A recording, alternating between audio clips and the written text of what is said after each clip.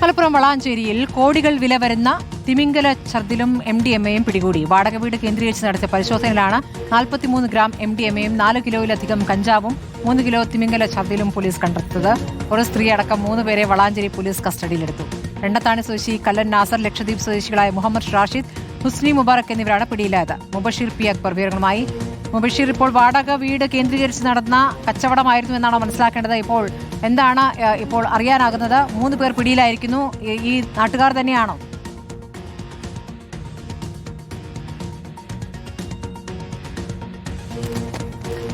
സ്മൃതി, മലപ്പുറം ജില്ലയിലെ വളാഞ്ചേരിക്കടുത്ത് കാവുംപുറം എന്ന് പറയുന്ന മേഖലയിൽ വാടക വീട് കേന്ദ്രീകരിച്ചുകൊണ്ടായിരുന്നു ഈ സംഘം ഇത്തരത്തിലുള്ള പ്രവർത്തനങ്ങൾ നടത്തിയതായിട്ട് പോലീസ് മനസ്സിലാക്കിയിരുന്നത്. പോലീസിന് ലഭിച്ച ഒരു രഹസ്യവിവരത്തിന്റെ അടിസ്ഥാനത്തിലായിരുന്നു ഈ പരിശോധന നടത്തുന്നത്. ഈ കാവുംപുറം വീട് കേന്ദ്രീകരിച്ചുള്ള പരിശോധനയിലാണ് അവിടെ നിന്നും നിരോധിത ലഹരി പദാർത്ഥമായിട്ടുള്ള MDMA ഉൾപ്പെടെയുള്ള സാധനങ്ങൾ കണ്ടെടുത്തിരിക്കുന്നത്.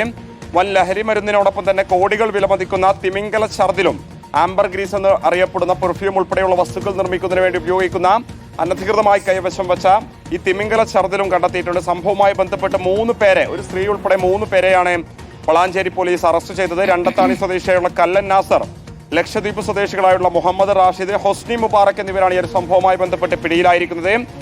ഓപ്പറേഷൻ തൂഫാന്റെ ഭാഗമായി, ലഹരി വിരുദ്ധ പ്രവർത്തനങ്ങളുടെ ഭാഗമായി വ്യാപകമായിട്ട് ജില്ലയിൽ ഇത്തരത്തിലുള്ള പരിശോധനകൾ നടത്തി വരുന്നുണ്ട്. അതിനിടയിലാണ് ഈ സംഭവം ഉണ്ടായിരിക്കുന്നത്. പ്രതികൾ കാവുംപുറത്ത് വീട് വാടകയ്ക്കെടുത്തായിരുന്നു ലഹരി വിൽപ്പന നടത്തിയത് എന്നുള്ളതായിരുന്നു പോലീസിന് രഹസ്യവിവരം ലഭിച്ചിരുന്നത്. ഇവരിൽ നിന്നും 43 ഗ്രാം MDMA-യോടൊപ്പം 4 കിലോയിലധികം തൂക്കം വരുന്ന കഞ്ചാവും 3 കിലോയിലധികം വരുന്ന തിമിംഗല ഛർദിയും കണ്ടെടുത്തു എന്നുള്ളതാണ് പോലീസ് വ്യക്തമാക്കുന്നത്. പിടിച്ചെടുത്ത ലഹരി വസ്തുക്കളുടെയും ഈ ആംബർ ഗ്രീസിന്റെയും ഉറവിടം കണ്ടെത്താൻ പ്രതികളെ വിശദമായിട്ട് ചോദ്യം ചെയ്തു വരികയാണ്. ഇത് ചെറിയൊരു കണ്ണിയല്ല, നിരവധി ആളുകൾ ഈ സംഘങ്ങളുമായി കേന്ദ്രീകരിച്ച് പ്രവർത്തിക്കുന്നു എന്നുള്ളതാണ് പോലീസും മനസ്സിലാക്കുന്നത്. അതുകൊണ്ട് തന്നെ അന്വേഷണം വ്യാപിപ്പിക്കാൻ തന്നെയാണ് പോലീസിന്റെയും തീരുമാനം. സ്മൃതി, മുബഷീർ P. അക്ബറാണ് വിവരങ്ങൾ നൽകിയത്.